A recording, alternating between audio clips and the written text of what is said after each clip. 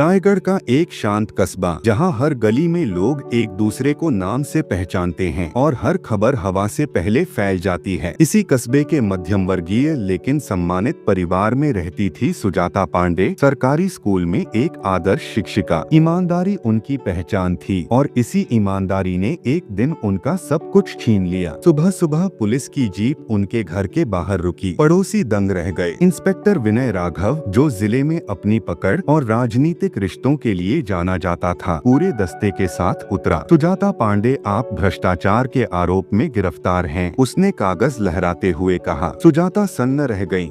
मैंने तो कभी, पर इससे पहले कि वह कुछ कह पाती उनके हाथों में हथकड़ी डाल दी गई। मीडिया को भी बुला लिया गया था। कैमरे चमकने लगे। घर के दरवाजे पर खड़ी 22 वर्षीय बेटी नैना सब देख रही थी। उसके सीने में आग जल उठी। उसकी माँ, जिसने कभी बच्चों से पेंसिल तक का लालच नहीं रखा, अचानक रिश्वत लेने की आरोपी। लेकिन इंस्पेक्टर विनय की नजर नैना पर भी पड़ी, एक ठंडी घमंडी निगाह, जैसे कह रहा हो कि तुम बहुत छोटी हो, इस सिस्टम से लड़ नहीं पाओगी। सुजाता को कोर्ट में पेश किया गया। सरकारी वकील ने रिश्वत की रकम का झूठा सबूत पेश किया। गवाहों को धमकाकर मोड़ दिया गया। देखते ही देखते सुजाता को निलंबित कर जेल भेज दिया गया और इस पूरे घटनाक्रम का असली कारण कोई नहीं जानता था, सिवाय एक आदमी के, इंस्पेक्टर विनय। उसने स्कूल की जमीन को बेचने का सौदा एक स्थानीय मंत्री के साथ किया था। सुजाता ने इस फर्जीवाड़े की शिकायत की थी और बदले में उन्हें फंसा दिया गया। नैना बुरी तरह टूट गई थी, पर हारने वाली नहीं थी। रोज कॉलेज से लौटकर वह घंटों रिकॉर्डिंग्स,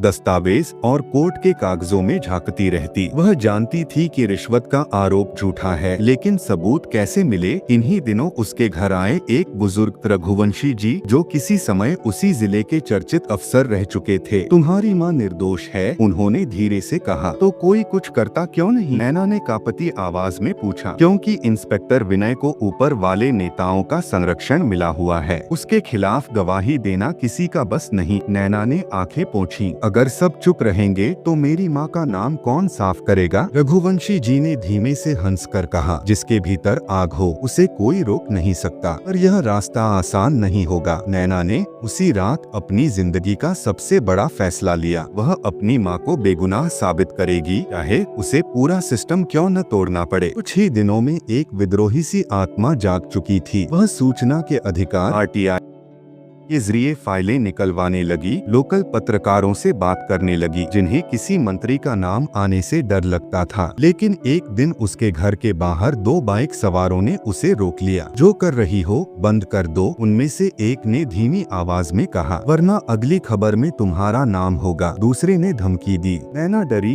पर पीछे नहीं हटी। उधर जेल में सुजाता अपनी बेटी के लिए चिंता में घुल रही थी। नैना कुछ बड़ा कदम न उठा ले, लेकिन वह नहीं जानती थी कि उनकी बेटी के भीतर छुपा तूफान अब किसी के काबू में नहीं था। कहानी तब मोड़ लेती है जब अचानक नैना को एक पुराने गुमनाम ईमेल में एक CCTV फुटेज की झलक दिखाई देती है। एक आदमी रात के समय स्कूल के ऑफिस में पैसे रखते हुए, बिल्कुल वही रकम जिसके आधार पर सुजाता को फंसाया गया था। फुटेज धुंधला था, पर कदकाठी चाल सब किसी की तरह लग रही थी। इंस्पेक्टर विनय। नैना की आंखों में पहली बार उम्मीद चमकी, अब खेल शुरू होगा। और ठीक उसी रात किसी अनजान शख्स ने उसके घर की खिड़की पर एक कंकड़ फेंका। जब उसने बाहर देखा, एक काली कार खड़ी थी और किसी की परछाई अंधेरे में उसे घूर रही थी। उस रात की खिड़की पर पड़ा कंकड़ नैना के मन में अजीब सा डर और जिज्ञासा दोनों छोड़ गया। उसने परछाई वाली काली कार को दोबारा देखने की कोशिश की, पर कुछ ही सेकंड में वह गाड़ी अंधेरे में गायब हो चुकी थी। कौन हो सकता है?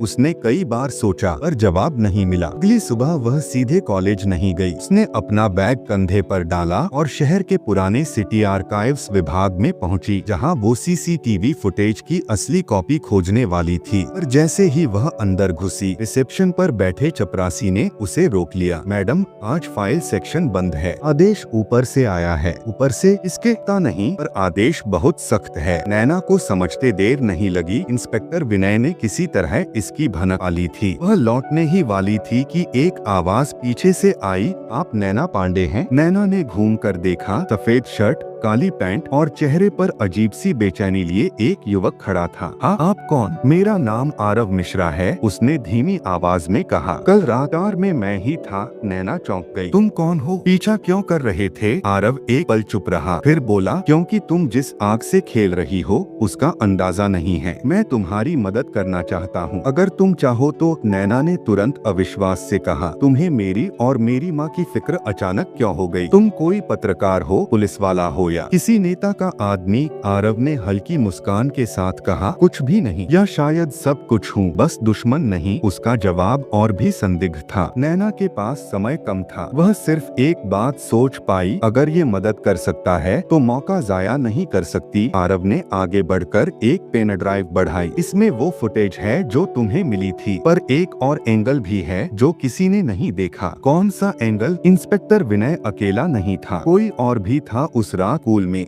नैना का दिल तेजी से धड़कने लगा। वह तुरंत घर पहुंची, दरवाजा बंद किया और लैपटॉप में पेन ड्राइव लगाई। फुटेज शुरू होते ही उसकी सांस अटक गई। स्कूल की स्टाफ रूम में दो परछाइयां। पहला, छाती पर पुलिस का स्टार बैज चमकता विनय, चेहरा केप से छुपा हुआ। दूसरा, एक भारी भरकम व्यक्ति, वही आदमी टेबल पर पैसे फैला रहा था। लेकिन फिर एक पल में वह अपना सिर उठाता है और कैमरे में चेहरा साफ दिखने लगता है। वह था विधायक रमेश राठौड़। नैना की आंखें फैल गईं। वह वही नेता था जिसकी छत्रछाया में विनय पूरे जिले में मनमानी करता था। अब मामला सिर्फ एक इंस्पेक्टर का नहीं था, एक मंत्री स्तर के नेता के षड्यंत्र का था। उसी रात किसी ने नैना के घर की बिजली काट दी। कमरे में अंधेरा छा गया। वह डर कर उठी ही थी कि दरवाजे पर जोरदार दस्तक होने लगी। धम धम धम। नैना ने फोन उठाया और धीरे से खिड़की के पास गई। बाहर दो आदमी खड़े थे। एक बोला, दरवाजा खोलो, पुलिस वेरिफिकेशन के लिए आए हैं। नैना समझ चुकी थी, पुलिस कभी रात 11 बजे वेरिफिकेशन करने नहीं आती। यह धमकी थी, या शायद उससे भी ज्यादा। उसने चुपचाप फोन निकाला और एक नंबर डायल कर दिया। आरव, कोई मेरे घर आया है। फोन उठते ही आरव की आवाज आई, नीचे मत आना, मैं 5 मिनट में पहुंच रहा हूँ। खिड़की से देखो, पीछे वाले रास्ते से निकलना होगा। नैना बिना आवाज किए अपने कमरे की खिड़की से पीछे के आंगन में कूदी और अंधेरे की ओट में भागी। बाहर की गली में उसे एक कार खड़ी दिखाई दी, आरव की कार। वह उसमें बैठी ही थी कि ऊपर से एक आदमी चिल्लाया, वो भाग रही है, पकड़ो उसे। कार तेजी से दौड़ पड़ी। कुछ देर बाद दोनों एक सुनसान फैक्ट्री के बाहर रुके। ये जगह क्यों? नैना ने पूछा। आरव ने गहरी सांस ली, क्योंकि यहीं से शुरू होती है वो सच्चाई जो तुम्हारी माँ को जेल तक ले गई, और शायद तुम्हारे जीवन की पहचान भी यहीं छुपी है। पहचान? नैना चौंक गई। कौन सी पहचान? मैं क्या हूँ? आरव ने उसकी ओर देखा।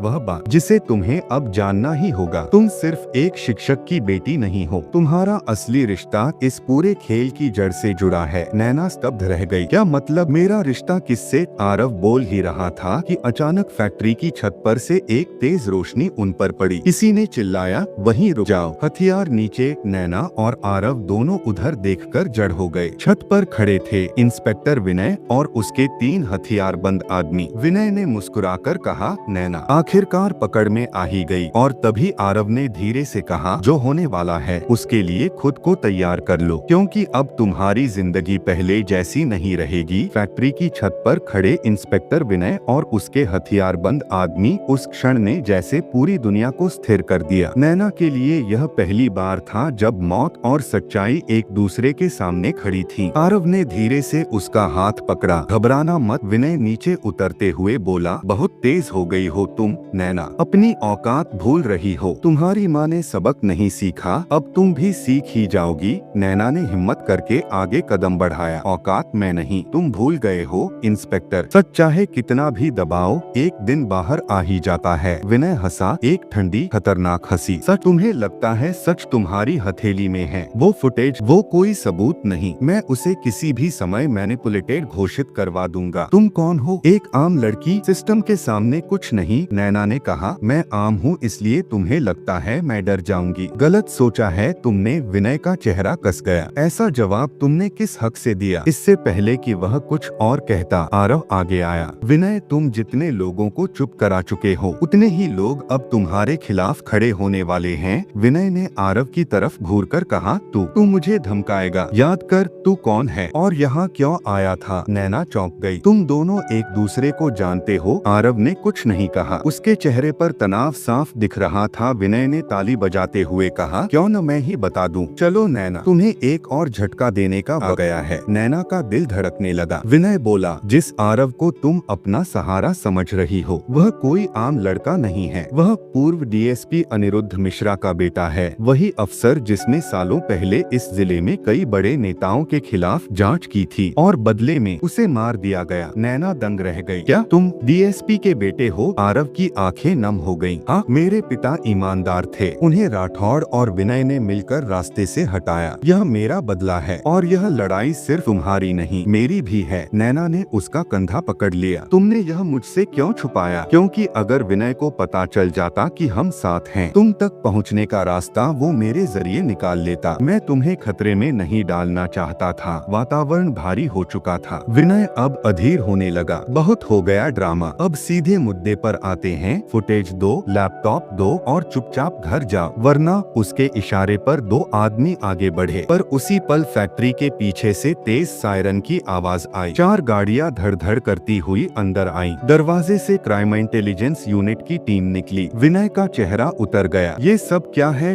टीम लीडर ने चिल्लाकर कहा। विनय राघव, तुम्हें भ्रष्टाचार, सत्ता के दुरुपयोग और अवैध हिरासत के आरोप में हम पूछताछ के लिए ले जा रहे हैं। नैना और आरव हैरान। ये सब किसने किया? नैना ने पूछा। टीम लीडर ने उसकी तरफ मुड़कर कहा, आपके द्वारा डाली गई आरटीआई की जांच हमने फिर से खोली। आपकी मां के मामले में काफी असामान्य चीजें मिली। जब आपने स्कूल फुटेज के बारे में पूछा, हमने पहले ही बैकअप रिकॉर्डिंग खोजने शुरू कर दिए थे। उसके बाद हमें मंत्री राठौड़ और इंस्पेक्टर विनय की मिलीभगत के कई संकेत मिले। विनय गुस्से से चीखा, तुम लोग मेरी गिरफ्तारी नहीं कर सकते। मेरे नेता, टीम लीडर ने सख्त आवाज में कहा, आज से तुम्हारे नेता भी तुम्हें नहीं बचा सकते। विनय को हथकड़ी लगा दी गई। पर जाते जाते वह मुड़ा और नैना पर नजर गड़ाकर बोला, तुम्हें लगता है तुम जीत गई? असली खेल अभी शुरू हुआ है। राठौड़ अब तुम्हें नहीं छोड़ेगा, क्योंकि तुम सिर्फ सुजाता की बेटी नहीं हो। नैना का दिल जोर से धड़कने लगा। क्या मतलब? विनय की आंखों में शैतानी चमक थी। तुम्हारा असली खून हिसाब मांगता है और जब सच्चाई सामने आएगी तुम खुद अपने अस्तित्व से डर जाओगी। टीम उसे ले गई पर उसके शब्द हवा में तैरते रह गए। नैना ने धीरे से पूछा, आरव, क्या तुम जानते हो कि वह किस बारे में कह रहा था? आरव ने गहरी सांस ली। हाँ, और अब समय आ गया है कि तुम सब जानो, पर उसके लिए हमें एक ऐसे व्यक्ति से मिलना होगा जो तुम्हारे अतीत की चाबी है। कौन? नैना की आवाज कांप गई। वह व्यक्ति जो तुम्हारे जन्म की असली कहानी जानता है। वह अभी जिंदा है और वह तुमसे मिलना भी चाहता है। नैना सहम गई। मेरे जन्म की कहानी? क्या मुझसे कुछ छुपाया गया है? आरव ने कहा, हाँ, और वो राज इतना बड़ा है कि पूरा राजनीतिक तंत्र हिल सकता है। ठंडी हवा चली, फैक्ट्री की टूटी खिड़कियां खड़खड़ाई और उस सन्नाटे में एक सच अगले एपिसोड की तरह खड़ा था। नैना का असली रिश्ता सत्ता, षड्यंत्र और खून के खेल से जुड़ा था। फैक्ट्री की ठंडी हवा और विनय के जाते जाते बोले शब्द दोनों मिलकर नैना के भीतर एक ऐसा डर पैदा कर चुके थे जो उसने पहले कभी महसूस नहीं किया था। मेरे जन्म की कहानी? कौन सा राज हो सकता है जो पूरा सिस्टम हिला दे? उसके दिमाग में सवालों का तूफान था। आरव ने धीमी आवाज में कहा, हमें अभी चलना होगा। वो व्यक्ति तुमसे मिलना चाहता है, लेकिन यह मुलाकात आसान नहीं होगी। कौन है वो? पूर्व कलेक्टर शेखर प्रताप सिंह, तुम्हारी माँ के पुराने अधिकारी और तुम्हारे असली अतीत के गवाह। नाम सुनते ही नैना हैरान रह गई। पर उन्होंने तो सालों पहले सर्विस छोड़ दी थी और दुनिया से कट गए थे। हाँ,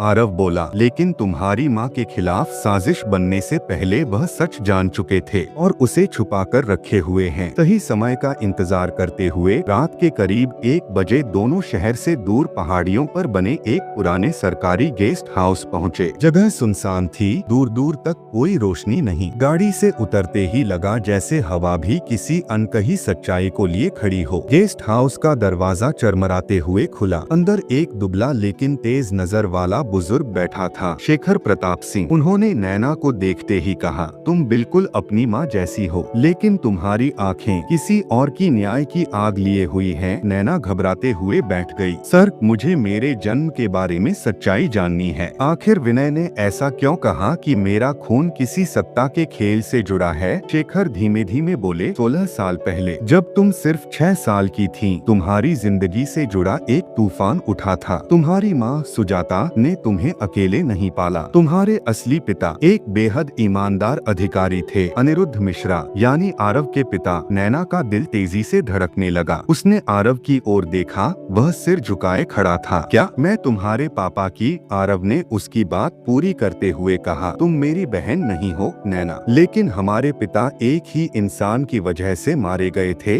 राठौड़। और तुम्हारा जन्म वही इस कहानी का मोड़ है। नैना उलझन में थी। तो फिर मेरे पिता कौन? शेखर प्रताप पास आए। तुम्हारे असली पिता IAS अधिकारी विवेक राजपूत, जिनका एक ही दोष था कि उन्होंने डिपार्टमेंट में चल रहे एक बड़े स्कैम का विरोध किया था। राठौड़ उस समय मंत्री बनने की तैयारी में था। विवेक ने उसकी फर्जी जमीन डील का पर्दाफाश करने की कोशिश की और उसी रात उनकी हत्या कर दी गई। नैना की सांस रुक गई। मेरे पिता मारे गए थे और मेरी माँ ने कभी बताया क्यों नहीं? क्योंकि तुम छोटी थीं, शेखर बोले, और सुजाता चाहती थी कि तुम्हें एक आम सुरक्षित जिंदगी मिले। इसलिए उन्होंने विवेक की मौत को एक हादसा बताकर दफना दिया और खुद तुम्हारी ढाल बन गईं, आरव ने जोड़ा। और राठौड़, वह जानता था कि तुम विवेक राजपूत की बेटी हो, इसलिए सुजाता को फंसाना उसके लिए आसान था ताकि वह तुम्हें दबाव में रख सके। नैना के पैरों तले जमीन खिसक चुकी थी। तो मेरा अस्तित्व ही खतरा है राठौड़ के लिए? शेखर ने सिर हिलाया। हाँ, क्योंकि तुम्हारे पास एक अधिकार है विवेक की फाइलों का, जिसमें उसकी हत्या और भ्रष्टाचार के सबूत मौजूद हैं। वो फाइलें सालों से गायब हैं, लेकिन उनका एक सुराग तुम्हारे पास है। नैना ने घबराकर कहा। मेरे पास? कहा? तुम्हारा जन्म प्रमाण पत्र। नैना चौंकी। उसमें क्या? शेखर ने धीरे से कहा। उसमें एक कोड है जिसे तुम्हारे पिता ने अपनी मौत से 2 दिन पहले दर्ज करवाया था। वही कोड उस सीक्रेट फाइल के लोकेशन की चाबी है और राठौड़ को इसकी भनक लग चुकी है। अचानक गेस्ट हाउस की खिड़की टूटने की आवाज आई। धड़ाम, ग्लास के टुकड़े उड़ते हुए अंदर गिरे। आरव तुरंत नैना के आगे आ खड़ा हुआ। बाहर से किसी ने चिल्लाया, सब बाहर निकलो, यह जगह घिरी हुई है। नैना ने दरवाजे की ओर देखा। 4 काले कपड़े पहने लोग हथियारों के साथ घुस आने वाले थे। शेखर प्रताप सिंह की आवाज कांप उठी। ये लोग राठौड़ के हैं। वह जान गया है कि सच्चाई तुम्हें बता दी गई है। आरव ने नैना का हाथ पकड़ा। पीछे का रास्ता। जल्दी। नैना भागते हुए सिर्फ एक ही सवाल सोच पा रही थी, अगर राठौड़ मुझे नष्ट करना चाहता है तो मेरा अगला कदम क्या होगा? और ठीक पीछे से गूंजती आवाज आई, नैना, अब तुम ही वो खतरा हो जिसे वह किसी भी कीमत पर मिटा देगा। गेस्ट हाउस के पीछे की ओर खुलने वाला लकड़ी का दरवाजा तेज धमाके के साथ बंद हो चुका था। बाहर राठौड़ के आदमी गोलियां चलाते हुए भीतर घुसने की कोशिश कर रहे थे। आरव, नैना और शेखर तीनों तेजी से पीछे की संकरी पगडंडी की ओर भागे। रात गहरी थी और पहाड़ियों का अंधेरा उन्हें निगलता जा रहा था। नैना की सांसें तेज चल रही थीं, फिर भी उसके भीतर एक अजीब सी शक्ति जाग चुकी थी। वह अब भागने वालों में नहीं थी, वह युद्ध के मैदान में थी। कुछ दूर पहुंचकर आरव रुका। हमें नीचे वाले गांव तक पहुंचना होगा, वहां से शहर जताया जा सकता है। और फिर राठौड़ के खिलाफ सबूतों का इस्तेमाल। नैना ने पूछा, वह फाइलें कहाँ मिलेंगी? शेखर ने जेब से एक पुराना मुड़ा हुआ कागज निकाला। ये लो, यह वही कोड है जो तुम्हारे जन्म प्रमाण पत्र में छिपा था। विवेक ने अपनी सीक्रेट फाइलें एक कंडेंस्ड स्टोरेज में रखवाई थीं, शहर के पुराने तहसील भवन में। वह जगह अब बंद है, लेकिन कोड डालकर आपातकालीन लॉकर खोला जा सकता है। नैना ने कांपते हाथों से कागज लिया। और उन फाइलों में क्या है? शेखर ने गहरी सांस ली। विवेक की मौत का पूरा सच, राठौड़ की अवैध जमीन डील, फर्जी ट्रांसफर पोस्टिंग और कई अफसरों की जबरन सस्पेंशन फाइलें। अगर यह फाइलें बाहर आ गईं, तो राठौड़ का साम्राज्य खत्म हो जाएगा। आरव ने दृढ़ आवाज में कहा। तो अब हम सिर्फ भागेंगे नहीं, हमला करेंगे। सुबह की हल्की रोशनी फैलते ही तीनों शहर की तरफ बढ़ रहे थे। नैना के भीतर अब कोई डर नहीं था, केवल आग थी। पुरानी तहसील पहुंचते ही उन्होंने देखा, लोहे का गेट जंग खाया था। जगह पर धूल थी, लेकिन भीतर कहीं एक राज सो रहा था। आरव ने कोड डालकर सीक्रेट लॉक खोला। टिक टक क्लिक, दरवाजा चरमराकर खुला। अंदर मोटी फाइलें, पुरानी हार्ड डिस्कें और कुछ सील बंद बॉक्स रखे थे। ऐसा लग रहा था जैसे कोई इतिहास अंदर कैद था। नैना ने पहली फाइल खोली। उसमें विवेक राजपूत की डायरी के पन्ने थे, जिसमें लिखा था, अगर मुझे कुछ हुआ तो इसका जिम्मेदार मंत्री रमेश राठौड़ होगा। सच छुपा तो सकता है, मिटा नहीं सकता। नैना की आंखें नम हो गई। डॉट पर वह टूटी नहीं। पापा की आवाज आज भी जिंदा है। पर उसी समय बाहर से कदमों की आवाज आने लगी। आरव खिड़की पर गया। 4 एसयूवीज तहसील के बाहर आ चुकी थीं और उनमें से उतरा राठौड़। उसका चेहरा क्रोध से भरा था, पर आंखों में डर साफ दिख रहा था। नैना पांडे, उसकी आवाज तहसील में गूंज गई। फाइलें बाहर निकालो, वरना यहाँ से कोई जिंदा नहीं जाएगा। आरव ने धीरे से कहा। वह अंदर आने वाला है, हमें कुछ करना होगा। नैना ने फौरन एक बॉक्स से हार्ड डिस्क निकाली और कहा, इसमें सारे डिजिटल रिकॉर्ड हैं। इससे ज्यादा सबूत किसी कोर्ट को नहीं चाहिए। राठौड़ दरवाजा तोड़कर अंदर घुस आया। उसके पीछे हथियार बंद लोग थे। तो यह है वह लड़की जिसके खून से मुझे खतरा था। नैना उसके सामने खड़ी हो गई। मेरे पापा को मारा तुमने, मेरी माँ को फंसाया, अब और कितना नीचे गिरोगे? राठौड़ ने ठंडी हंसी हंसी। राजनीति में नीचे नहीं गिरते, दूसरों को गिराया जाता है। तुम्हारी माँ को जेल में डालना मेरा पहला कदम था, अब तुम्हें मिटाऊंगा और सबूतों को भी। वह बंदूक उठाने ही वाला था कि आरव ने लोहे की रॉड से उसे पीछे धकेला। गोलियां चली, दीवार टूटकर गिरने लगी। अचानक तहसील में पुलिस की सायरन गूंज उठी। कई पुलिस वाहन तेजी से अंदर आगे थे। क्राइम इंटेलिजेंस यूनिट के अफसर और जिला एसपी। उन्हें देखकर राठौड़ के लोग भागने लगे। एसपी ने चिल्लाकर कहा, राठौड़ हथियार फेंको, तुम्हारे खिलाफ सबूत जमा हो चुके हैं और फाइलें अब सुरक्षित हैं। राठौड़ बुरी तरह घिर चुका था। उसके चेहरे पर पराजय साफ थी। यह सब किया किसने? उसने चीखकर पूछा। नैना आगे आई। मैंने। उस लड़की ने जिसे तुमने आम समझकर कुचलना चाहा था। मैं सिर्फ सुजाता की बेटी नहीं, विवेक राजपूत की विरासत हूँ। राठौड़ घुटनों पर गिर पड़ा। उसकी सत्ता, उसका अहंकार सब ढह गया। कुछ दिनों बाद सुजाता जेल से रिहा हो चुकी थीं। उनका नाम पूरी तरह साफ हो चुका था। राठौड़ और विनय दोनों जेल में थे। नैना और आरव दोनों कोर्ट से बाहर निकल रहे थे। मीडिया कैमरों ने उन्हें घेर लिया था, पर उनके चेहरे पर कोई घमंड नहीं, सिर्फ संतोष था। सुजाता ने नैना को गले लगाकर कहा, मैंने तुम्हें सच से दूर रखा ताकि तुम सुरक्षित रहो, पर तुमने साबित कर दिया कि सच से भागा नहीं जाता, उसका सामना किया जाता है। नैना मुस्कुराई। सच में जितनी पीड़ा होती है उतनी ही ताकत भी होती है। माँ। आरव ने आसमान की ओर देखा। और शायद हमारे पिताओं की आत्मा आज चैन से होगी, नैना ने धीरे से कहा। और अब हमारा काम है इस सिस्टम में वही बदलाव लाना जिसके लिए वे लड़े थे। मोरल मैसेज, अगर अन्याय के खिलाफ एक आवाज भी उठ जाए तो सबसे बड़ी सत्ता भी गिर सकती है। सच देर से जीतता है, पर जीतता जरूर है।